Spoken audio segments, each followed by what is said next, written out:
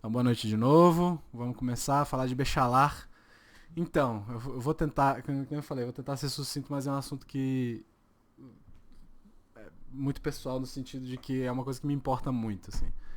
A gente vai essa paraxá da passagem do Mar Vermelho, né? Na hora que o pessoal passa do Yam Suf e depois de atravessar, a gente tem a Shiratayam, né? A gente tem a canção do mar, né? A canção que é cantada pelo povo inteiro, por todas aquelas pessoas. Foi uma coisa profética, né? Não foi só é, uma inspiração momentânea, foi uma coisa profética. E aí eu botei aí pra vocês bem no comecinho ela inteira, tá? Quem nunca ouviu, eu não vou cantar ela toda porque ela é grande, mas eu vou cantar só o comecinho mesmo, que eu aprendi com o Abraham. Só pra vocês terem uma noção de como é que a gente canta aqui, pelo menos, né? אז ישיר משה ובני ישראל את השירת הזאת לאדוני ויאמרו לאמור השירה לאדוני כי גאוגה. Enfim, e assim vai.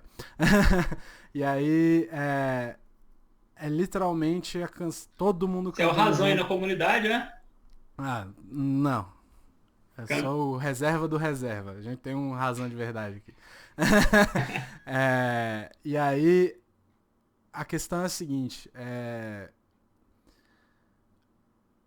uma paraxá musical. Né? Uma paraxá, a gente sabe, todas as paraxotas têm um jeito de cantar, tem uma forma pra gente cantá-la de forma adequada, não só ler. Né? A gente tem uma espécie de uma partitura dentro da. Quem já deve ter visto aqueles. Os vários as várias Torot que tem marcações, Sinais de tem cantilação, né? isso, tem marcações para tanto para leitura quanto para como você canta cada coisa. E cada lugar do mundo, vamos dizer assim, tem uma forma de cantilação, como disse aí o nosso glorioso Moisés, né? Então, a questão é a seguinte: a gente chama esse Shabat de Shabat Shirah por causa dessa música. É um Shabat de canção, um Shabat de música, né? E eu vou explicar a escolha do porquê do assunto primeiro, porque assim, eu nunca falei da Shiratayama especificamente, né? Então, depois de quatro ciclos, eu acho que tá na hora de falar, né? E assim, eu venho de uma família muito musical, assim. Eu sou ovelha negra, né? Eu não estudei direito, eu estudei algumas coisas, outras nem tanto. Mas eu não sou músico, diferentemente do meu irmão, que é músico. Meu irmão é pianista, estuda violino, estuda canto. Minha mãe é flautista, meu pai tocava clarineta, é compositor, estuda canto também. Meu tio era maestro daqui de Brasília, né? Então, assim, minha tia, que era a esposa dele, é violinista, foi uma grande violinista, agora ela tá com alguns problemas de saúde por causa do violino, mas todo mundo viveu aqui em torno da música. E no fim das contas, o que me botou pra dentro da comunidade aqui de Brasília foi a música também.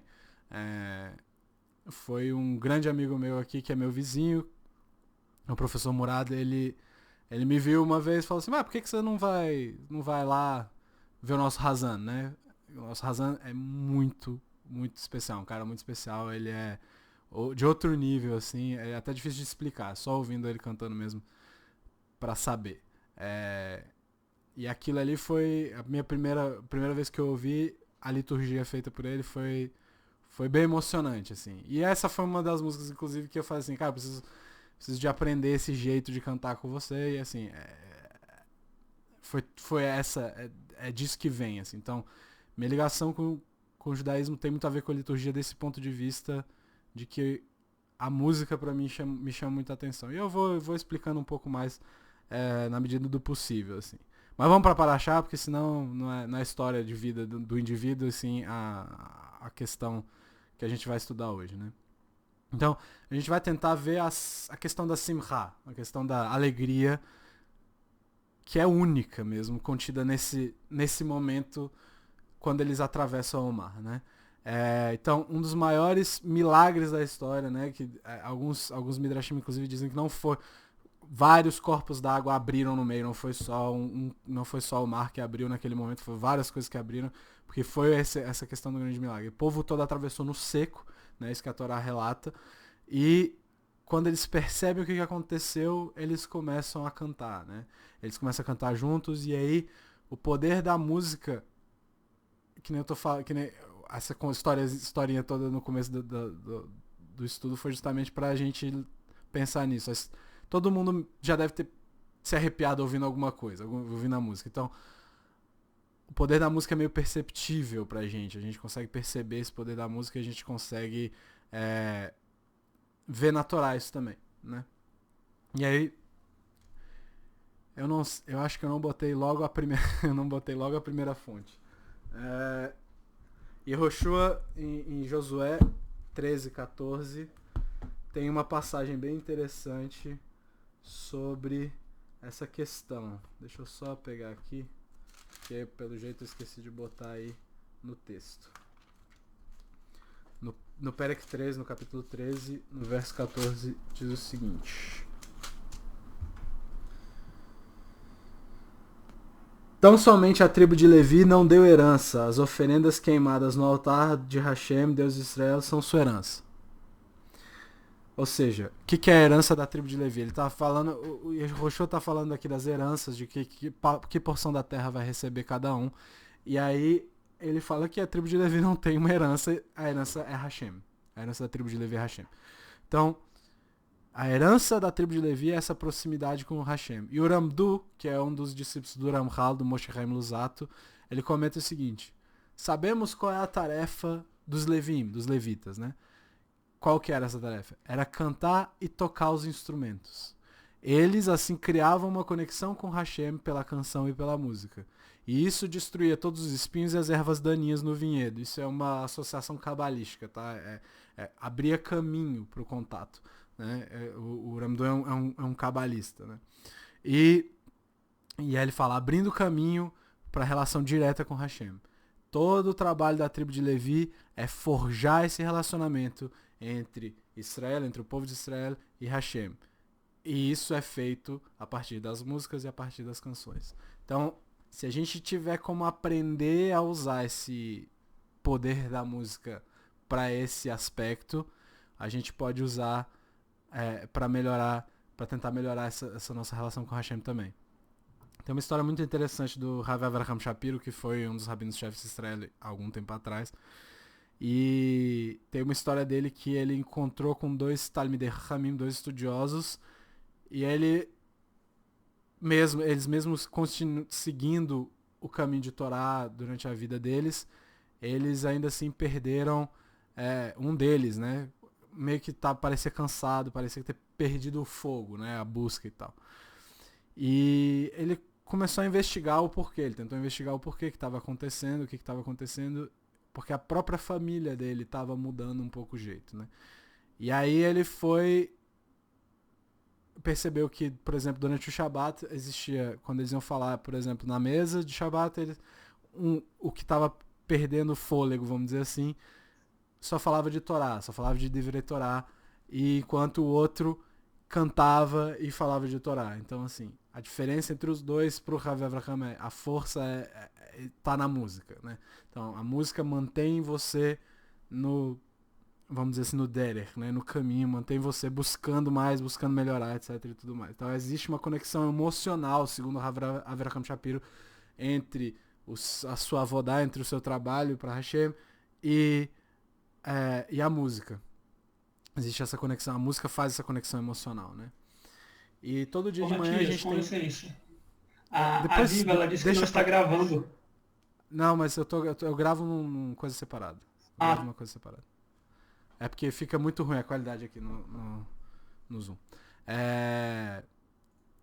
E aí o que acontece é o seguinte. De manhã, quando a gente vai fazer as rezas, a gente tem uma porção chamada Psuke de Zimra, né? Que é versos de canção, versos de música, né? E a Guemará comenta que a gente faz isso de manhã para servir como base. É tipo assim, você entra na mentalidade certa para fazer o Shema depois, para depois chegar no nível mais alto da nossa liturgia, que é a própria Amidá, né? O Shemona Esrei, que são as rezas que a gente faz depois, que é o momento solene, mais ou menos, que você tá sozinho e você e Hashem, né? E uma ideia presente no que a gente chama de Sifrei Marshavá, que são como se fossem os livros que focam mais nos aspectos filosóficos, né? Ele sugere o seguinte, que Zemir, vem de pessoa que é Zimra, pode significar tanto música quanto a ação de poda. Quando você poda um vinhedo, por exemplo, você tá lá... E o que é a poda, né? Você retira partes mortas, você retira partes doentes, partes improdutivas e promove assim o crescimento de uma coisa nova, né? Então, no contexto da Tefilá, esse nome Zimra, né? É como se fosse o serviço dos levitas, como se fosse o serviço dos Levim, que você está retirando aos poucos os pensamentos que te afastam de Hashem antes de se colocar diante dele. Então a ideia aqui é você tá se regrando para que você possa chegar na hora da Amidá um pensamento um pouco menos bagunçado para poder falar com Hashem, né? Então, não é só questão de cantar, né? Mas é o momento de você retirar as distrações, buscando esse contato um pouco melhor durante suas rezas, né? E aí o Sefer Haredim, ele fala sobre essa ideia do Pesque de Zimra e fala o seguinte: não corra quando você estiver fazendo, então não faz rápido, né? Mas cante. Então assim, tenta não fazer tão rápido, tenta não passar batido, canta o que você está lendo, né? Não só lê aquilo, né? Então pode ser meio difícil quando a gente tem muita coisa para fazer pela manhã, né? O serviço da manhã já é um pouco mais longo, às vezes a gente tem que acordar um pouco mais cedo para fazer isso. Mas segundo o Sefer Haredim, existe essa... É bom fazer isso, é bom você acordar um pouco mais cedo para tentar ir um pouco mais devagar no Pesquisa de Zimra, né? Mas a maneira ideal seria se fazer cantando, né? Essa que é a ideia. E como é que o Pesquisa de Zimra termina? Ele termina com Az Yashir Moshe, né? Termina com a Shirat Hayam, né? Também termina com essa canção do mar, que é o que a gente tem na Parashá, né? E eu botei aí no número 2 a Mishnah Berurah, do Rabi Israel Meir Kagan, o Hofetz Chaim, quando ele vai explicar as leis das rezas da manhã. Na parte do Az Yashir ele explica o seguinte, ele explica que ao cantar Az Yashir, devemos fazê-lo besimcha, com alegria. E ter em mente que toda manhã estamos passando juntos pelo Mar Vermelho. Ou seja, o que ele está explicando quando você começa a fazer o Az Yashir, é bom você se colocar naquela situação também. Você falar, eu também atravessei ali. Né? Quando a gente fala que todo mundo, todas as almas do povo receberam a Torá juntos, mesmo aqueles que não estavam lá, é mais ou menos a mesma coisa que o Rabi Israel está sugerindo aqui, que o Hofetz Haim está sugerindo aqui. Se põe como se você estivesse naquele lugar, né? Aquele que recita Az Yashir, e aí ele fala uma coisa muito interessante depois. Ele fala assim, aquele que recita Az Yashir Besimcha, com alegria, terá suas transgressões perdoadas. Tá. Parece um bom negócio, né? Se você faz uma coisa com alegria, você vai ter suas transgressões perdoadas. Aquelas coisas que você errou são perdoadas. Mas por que Az Yashir e o que tem a ver, né? Então como é que a gente consegue fazer isso, né? Afinal, é difícil, porque a gente está muito distante daquela situação. A gente não viveu aquilo. Presumo que ninguém aqui tenha vivido aquilo. Se alguém tiver vivido, me fala que fica mais fácil pra gente entender. Então, a gente está distante tanto física quanto temporalmente. Assim. A gente não tem uma conexão muito clara com aquilo, a não ser a própria tradição que é passada para frente, né? Então, como é que a gente pode fazer estando tão distante desse evento, né? E como é que isso traz perdão? Né? Essa é uma pergunta importante. Qual é a lógica disso trazer perdão? Como é que isso funciona? E é interessante que no próprio Sidur, quando a gente chega perto da Amidá, a Shirat Hayam é citada de novo. Né? Eu botei aí. Tem, na última benção do Shema, a benção posterior ao Shema, tem essa expressão. Moshe e os filhos de Israel, no número 3, entoaram para ti o cântico com grande alegria. Né? Então, é um cântico com grande alegria. Deixa eu só pegar o hebraico aqui, porque eu não botei o hebraico na página 64.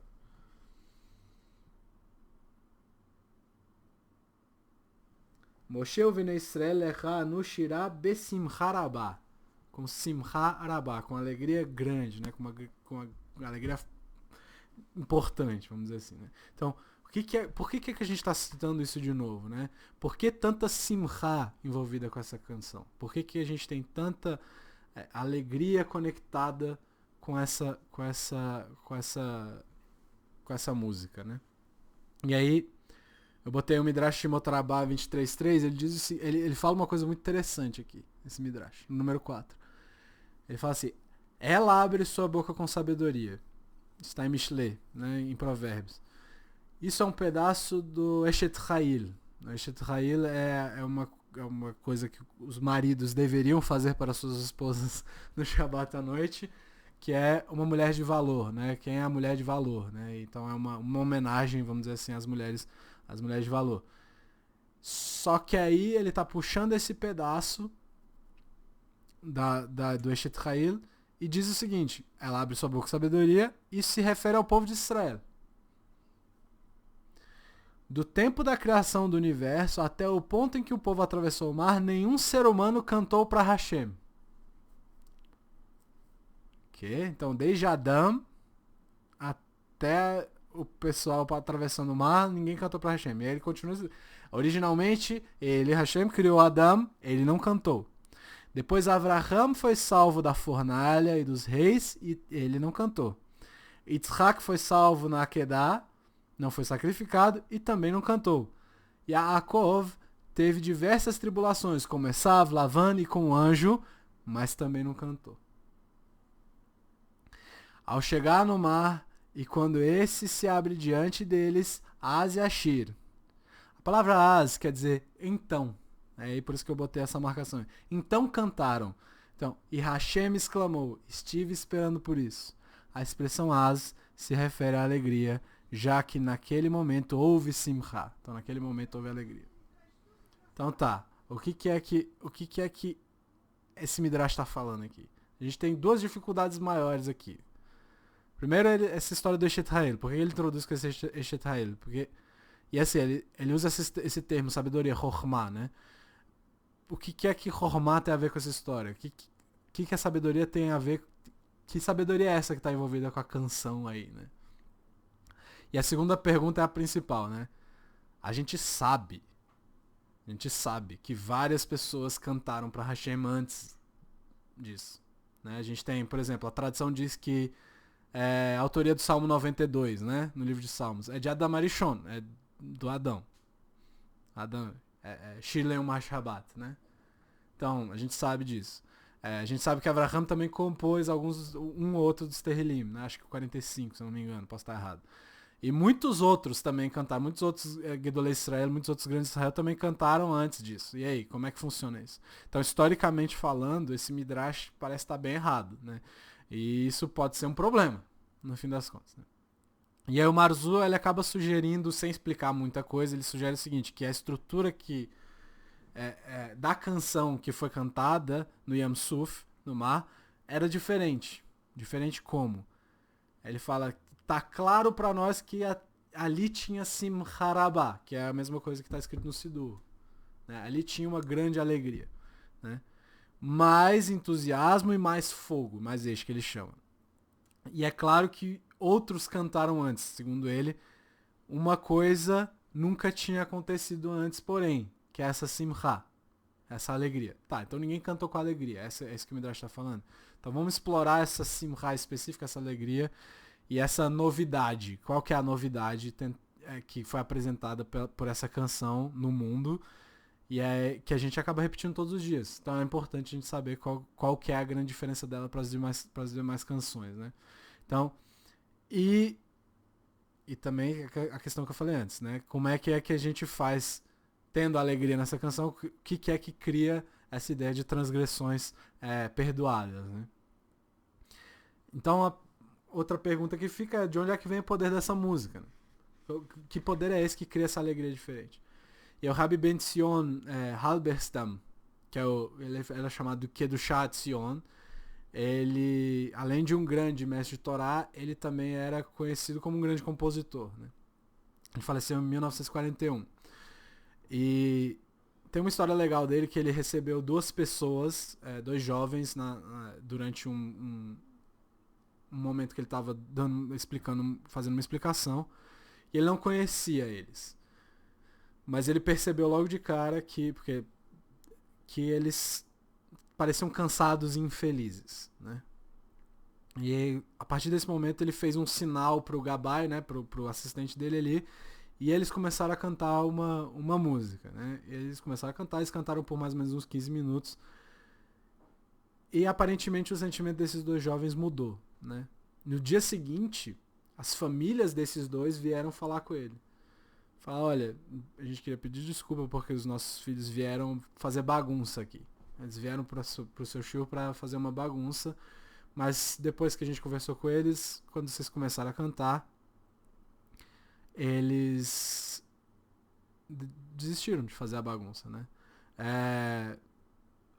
E além disso, eles voltaram para casa falando que talvez eles devessem começar a estudar a Torá, né? Então eram pessoas que não estavam necessariamente num caminho, eles eram pessoas que...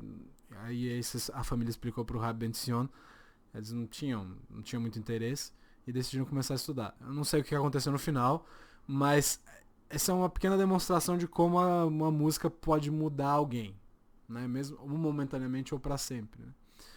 E aí eu vou ter que dar meu exemplo pessoal da Neilá, né? Quem já teve o prazer de ouvir a Neilá cantada pelo Abraão aqui na CIB, rapaz, é duro. Eu arrepio só de pensar, assim, só de lembrar e é um momento que se você estiver um pouquinho concentrado, você muda um monte de coisa ali. Então, existe sim esse poder, assim. Pra mim tá bem claro isso. Eu já passei por algumas situações dessa, já ouvi algumas vezes a Neilá cantada pelo Abraão e toda vez dá um nozinho na garganta de falar. Então vamos continuar. No Talmud, na Gemara e Megillah, diz o seguinte. Vamos lá. Número 5. Rabi Yohanan disse: qual o significado do que está escrito? E não se aproximaram um do outro toda a noite. Está em Shemot 14:20. E aí a gente pode assumir uma coisa, mas a Gemara diz uma coisa que é bem diferente. Os anjos queriam entoar suas canções, mas o santo, bendito seja, disse: as criações das minhas mãos estão se afogando no mar. E querem recitar canções? Ele pergunta. Isso aconteceu durante... Quantos egípcios estavam sendo afogados pelo mar? Os anjos queriam glorificar Hashem. E Hashem diz, não, vocês não podem cantar agora. Porque as minhas criações, os egípcios, estão morrendo agora. Estão morrendo afogados. Por que Hashem fala isso? Porque a gente não se alegra com a queda dos ímpios, né? A gente não alegra com a queda nem daqueles que são maus. O ser humano é um ser humano, seja ele bom ou seja ele ruim, ou seja ele normal, caminho do meio, mais ou menos, que nem todo mundo é. Né? Então os anjos foram proibidos de cantar. E aí uma pergunta óbvia surge em seguida. Os anjos estão proibidos de cantar, mas o povo pode cantar? Né? Então se eles não são permitidos... Porque milhares de pessoas estavam morrendo, como é que o povo foi permitido? Como é que o povo recebeu a permissão para cantar? Né? E não só isso, esse foi um dos maiores momentos da nossa história, né? E a canção é profética e tem Simcha Rabá, né? E tem uma grande alegria, ou seja, tem um contraste meio estranho aqui. A Guemará gera uma caixa, gera um problema, porque se os anjos que meio que não tem uma malícia estão cantando, como é que a gente pode cantar? E essa é a pergunta feita pelo Aharon Kotler, né? E ele explica que existem duas formas de shirá, duas formas de cantar, duas formas de canção. A mais comum é aquela que a gente faz quando a gente está expressando algum sentimento, né? Se você está expressando alguma emoção, gratidão, você está feliz, ou você está... como você se sente? Ou você está exaltando Hashem, por exemplo, é uma das formas. A segunda forma que é aquela que cria o sentimento. É aquela que cria alguma coisa. Ela não é o resultado de um sentimento, ela cria um sentimento. E aí ele escreve o seguinte, número 6. A canção pode nos dar uma habilidade de percepção e reconhecimento profundos de Hashem, além do entendimento de que ele está no controle de tudo. Nos dá uma visão clara de que tudo que experimentamos nesse mundo está associado a Hashem de alguma forma. ou seja, sua visão fica mais clara. Esse é o segundo tipo de canção, né? Quando a gente fala o Shema, a gente, né? Shema Israel, Hashem Elokeinu, Hashem Echad. Aí a gente fala assim, Hashem é um. Não quer dizer só que ele é um, quer dizer que ele é tudo também, né? E essa seria a diferença de uma canção para outra. É você ser capaz de ampliar um pouco o teu horizonte, né? Então, o cantar que pode cria essa percepção maior também, de que tudo é Hashem. Então, por que os anjos não podiam cantar? Porque aí essa pergunta é muito simples, porque os anjos podem se elevar, podem melhorar o entendimento deles, podem ficar mais sábios. Eles crescem espiritualmente? Não, os anjos não crescem espiritualmente. Os anjos, eles estão fixos, eles são chamados de omdim, né? Eles ficam parados, né? Então, eles não são promovidos ou rebaixados. Um anjo vai ser um anjo daquela, a gente tem várias classificações de anjo. O anjo vai permanecer daquela classificação enquanto ele existir, vamos dizer assim, né? Então, eles só cantam por dois motivos: para agradecer por Karatatov e para exaltar Hashem. Então, esses dois motivos não podem acontecer. Não podem agradecer mesmo que Klal Israel, mesmo que o povo de Israel tenha sido salvo, porque as pessoas estavam morrendo ainda. Certo? Potenciais estão sumindo ali. Então eles não podem cantar. E o povo pode cantar? Eles passaram por aquela experiência. Eles sentiram o amor e a conexão com Hashem naquele momento. Então, de uma maneira, e que eu falei, é um dos momentos mais importantes da nossa história. Então, é de uma maneira que nunca foi vista antes, né? Então, eles não cantaram só para agradecer, mas eles usaram esse momento para transcender, para se ligar, para crescer. E isso é permitido e às vezes é necessário para incorporar a grandeza daquele momento, para entender o quanto que aquilo ali foi importante, né? Então, o Rabbi Yerucham Olshen, ele explica, que foi Rosh Yeshiva lá em Lakewood, nos Estados Unidos, ele diz que com esse entendimento é possível a gente entender, é possível a gente perceber o que aquele midrash lá que a gente leu antes está querendo explicar, né? Os que vieram antes, as pessoas que vieram antes, que cantaram antes, elas estavam ou agradecendo ou exaltando Hashem. Mas Hashem ainda estava esperando pelo segundo tipo de canção. Por isso que o midrash termina com aquela ideia de que Hashem exclamou, estive esperando por isso, né? Então, esse segundo tipo que é capaz de cantar e crescer a partir disso, cantar e melhorar, essa qualidade transcendental da canção só foi trazida para esse mundo a partir desse momento. Essa é a interpretação do Rabbi Olshen, né? Então, é muito interessante ver essas diferenças, né? E aí, eu sou obrigado a citar o Elie Wiesel aqui, né? Que sobrevivente ontem teve toda aquela comoção com a sobrevivência, com o dia de memória dos sobreviventes das vítimas do Holocausto, né? E a história, tem uma das histórias que ele conta, ele passou por Auschwitz, né? Ele passou por um dos campos de concentração. E ele conta uma história muito interessante sobre um dos rapazes que estavam lá junto com ele, encontrou uma quantidade razoável de veneno de rato. E eles tinham um certo entendimento de que aquilo ali seria capaz de matar uma galera que tomasse aquilo, né? E ele conta que os jovens fizeram fila para pegar um pouco do veneno, né? Eles estavam decididos a acabar com aquela história. E aí um rapaz que era um pouco diferente, vamos dizer assim, ele chega e, cantando baixinho, ele começa a cantar Anima Ma'amin, né? Que é uma canção que fala que dias melhores virão. É uma canção que lembra da era messiânica, é uma canção que lembra que Hashem vai salvar, lembra da Geulah, lembra da salvação, né? E ele cantava devagarzinho, andava por um lado, baixinho, andava para um lado, voltava, começou a aumentar o volume, começou a cantar alto e alto e alto.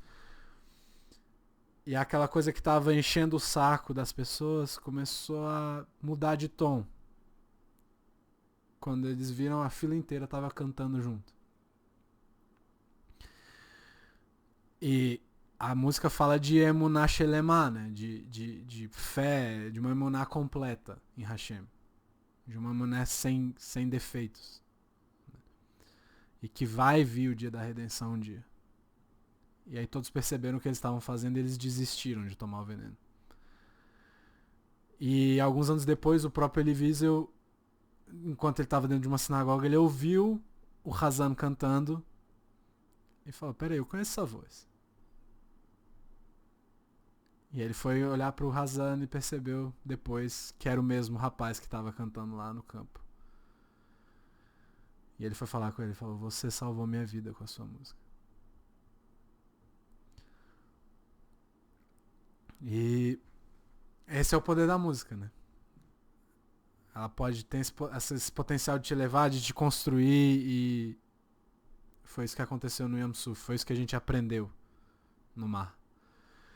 O Rav Nachman de Breslav ele descreve o seguinte, se eu botei aqui, número 7. A música é uma poderosa força transformadora, capaz de fazer com que nos aproximemos de Hashem. Devemos ter o costume de inserir a vida dentro de nós usando as melodias que nos movem. Para trazer proximidade de Hashem e alegria. Isso é verdade em todos os dias da vida. Mas ainda mais importante durante o Shabbat, os Yamim Tovim, as festas, ou no momento de fazer uma mitzvah. E uma das maneiras para incorporar os ensinamentos de Mussar, que é uma coisa que eu falo muito aqui, é essa. Né? Na teoria a gente pode entender tudo isso. A gente tem que se aproximar de Hashem, a gente tem que ser mais alegre. Mas na prática é difícil. Né? É muito difícil. Mas a música, que é o que o Rav Nachman está falando aqui, é uma grande aliada para isso. É uma grande facilitadora do processo. Né? E que eu estava falando, o movimento de Mussar, principalmente na Yeshiva de Slobodka, que foi uma das yeshivot que promovia o movimento de Mussar antes da guerra, e promovia essa ideia de meditação com música, né? Meditação cantada. E que Bezat Hashem vai ser um assunto do futuro desse estudo, tá, pessoal? Vocês me cobrem, tá? Então a meditação que foi ensinada pelo Rabbi Israel Salanter, que foi o fundador, vamos dizer assim, desse movimento, um dos tipos dessa meditação precisava de melodia. Você repetia uma frase que era importante cantando. Seja uma frase que você fez por si, ou uma frase de um livro importante, ou qualquer coisa parecida. Exigia uma melodia para aquilo. Né? Então você usava uma melodia para o seu pensamento ou para essas palavras que eram importantes para a meditação naquele momento. Então, tudo isso, né, mostra o poder da música. Então, até para meditação, no caso das yeshivot de Mussar, de novo, Mussar é um processo de autoconhecimento e autoconstrução. Você se constrói trabalhando Mussar. E essa meditação era muito importante para a sua construção. Então, mais uma vez, a música mostrando esse poder de construção. E aí o Yalkut Shimoni, ele diz que os filhos de Korah, aquele que fala, não, eu também posso ser líder, né?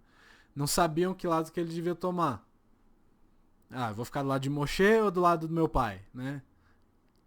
E até o momento que eles estavam sendo engolidos pela terra, eles ainda não sabiam. Como é que eles chegaram à conclusão? Yalkut Shimoni pergunta. Pelo poder da melodia, segundo ele.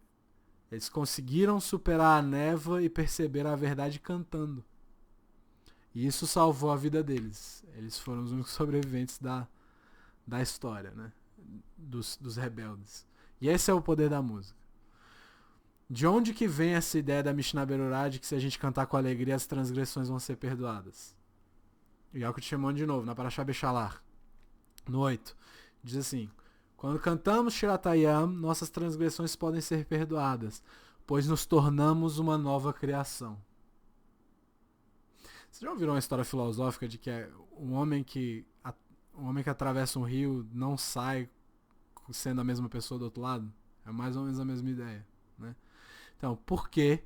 Porque agora eu não sou mais aquela... Depois que eu terminei de cantar, depois que eu atravessei o mar, Eu não sou mais aquela pessoa que eu era 5 minutos atrás. Eu sou uma nova pessoa. Alguma coisa ficou para trás. Né? Como? E esse é o poder da música. Essa é a discussão. Né? Quando a gente acessa esse poder, né, que foi ensinado por aqueles que atravessaram o mar, foi ensinado por essa canção, não como uma expressão de sentimento, né, mas como um poder transformador. Quando a gente acessa isso, a gente pode se tornar uma nova pessoa se a gente fizer isso besimcha, se a gente fizer isso com alegria. Pela música com alegria. A gente pode ser perdoado porque a gente é outra pessoa. Pode até ser que não seja muito diferente, mas é outra pessoa. Diferente do que era antes. E o que é essa Simcharabá? O que é essa grande alegria dessa canção, né? É essa possibilidade de poder me recriar, de mudar e de crescer todos os dias, porque a gente canta ela todos os dias. Né? E a música ajuda nisso, e por isso pode trazer uma grande alegria. Essa possibilidade de mudança pode trazer uma grande alegria. Por que o Midrash usou a palavra chokhmah, sabedoria? Né? Falar assim, quem é que a sua boca usa sabedoria? É engraçado, a gente canta pela boca, né? Então, para mudar quem a gente é e para recriar pelo poder da Shirah, você tem que reconhecer algumas coisas que você tem que mudar. Você tem que reconhecer que tudo é Hashem. Um monte de coisas você tem que reconhecer para poder mudar. E quando a gente não... E é importante, né? Porque não é todo mundo que é musical. Né? Quando a gente não sabe cantar ou a gente não pode cantar, como é que essa ideia pode me mudar? Né? E aí vem a parte pesada. A Gemara em Gittin, eu botei aí no número 9, conta uma história de 400 jovens, 400 crianças que foram abduzidas pelos romanos e levadas para as casas de prostituição. E diz o seguinte, Rabi Hudá disse que Shmuel disse, essa é coisa da Gemara, tá pessoal? Botei aí para que vocês possam ver.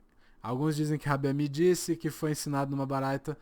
Houve um incidente envolvendo 400 meninos e meninas que foram sequestrados e levados pelos romanos com o propósito de prostituição. Eles estavam dentro de um navio, tá, nesse momento. Eles sentiram sozinhos o que aconteceria e disseram, se nós nos afogarmos no mar, ou seja, se a gente se matar, vamos para o mundo vindouro? Um deles perguntou.